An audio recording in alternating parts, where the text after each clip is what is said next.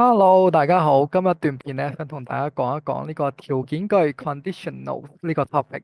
咁今日一集咧，主要會 focus 喺 type zero 同埋 type one 啦。咁首先咧，我哋嚟講講 type zero 啦。type zero 呢個條件句咧，其實用嚟表達一啲事實啦、科學定律啦，或者一啲恒常嘅真理嘅。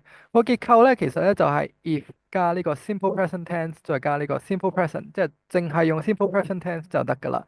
因為你講緊啲事實啊嘛，咁而 simple present tense 咧就係用嚟去講事實嘅啫。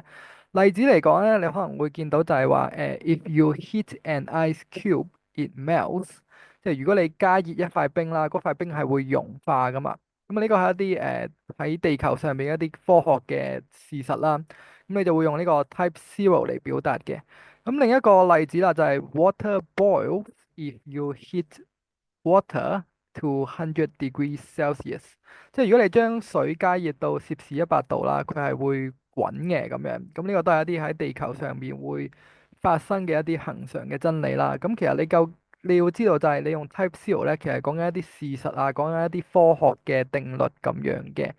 誒、if 呢個嚟講咧，其實你係可以擺喺中間都得㗎，即係 if 唔一定要擺喺開頭㗎吓。咁啊，但係咧你要記住個 form 都係一樣啦。如果你用 type zero 嘅話咧，就兩邊即係你 if 嗰個 if 跟住嗰部分啦，都係用 simple present tense 啦，而另一部分咧都係用 simple present tense 咁樣嘅。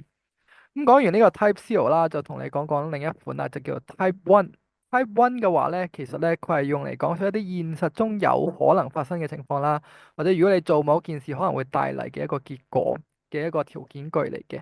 結構嚟講嘅話咧，係 if 嗰部分啦，即係 if 跟住黐住嗰部分啦，就係用 present simple 啦，即係 simple present tense 咁樣啦。然之後後邊嗰部分咧，你會用咗呢個 will，即係 future tense 啦，simple future 啦，再加一個 verb 咁樣嘅。咁我一齊嚟睇一睇例子啦。例子嚟講嘅話就係話，if you mix vinegar and baking soda, it will produce gas。即係如果你將醋同埋梳打啦去混合埋一齊啦，就會產生氣體嘛。咁呢個係一個常見嘅化學實驗啦，講緊一啲有可能發生嘅情況同埋結果嘅啫。咁有陣時可能如果你 mix 得唔好，或者可能因為其他原因啦。可能唔會噶嘛，咁其實呢樣嘢其實係一種可能性喺入邊咯，咁樣。咁另一個例子啦，就係 You will hurt your eyes if you don't wear safety goggles。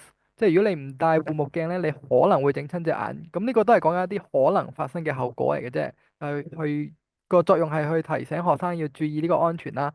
咁但係其實呢個都係一個可能性咯，即係唔係話必然噶嘛，即係唔係話等於你唔記得帶，或者一次冇帶或者除咗就會發生呢個意外噶嘛。咁所以其實你會用呢個 if 加 simple present tense 再加 will 啦，去講一啲可能發生嘅後果咯。咁啊，俾個 tips 你啊，你做 writing 嗰陣時候啦，你其實咧你用 type one 嘅機會咧係比用 type zero 高㗎吓。除非你寫一啲好科普嘅嘢，好多係寫一啲科學性嘅一啲文章，否則嘅話咧，其實咧一般嚟講咧都係會用 type one 比較多啦。所以你都見到我即係將 type one 咧係單獨分開兩頁嚟講啦，因為你用 type one 嘅機會率咧係比較高嘅。通常你會用條件句啦，係用嚟去講一啲你預計可能發生嘅情況咯。係啦，咁啊 Type Zero 其實你都可以用嘅。如果你讀理科嘅同學仔嘅話，你作文或者你做一啲同 science 相關嘅嘢嗰陣時咧，你就可以用多啲 Type Zero 去講一啲定律啦，去講一啲原則咁嘅嘢咯。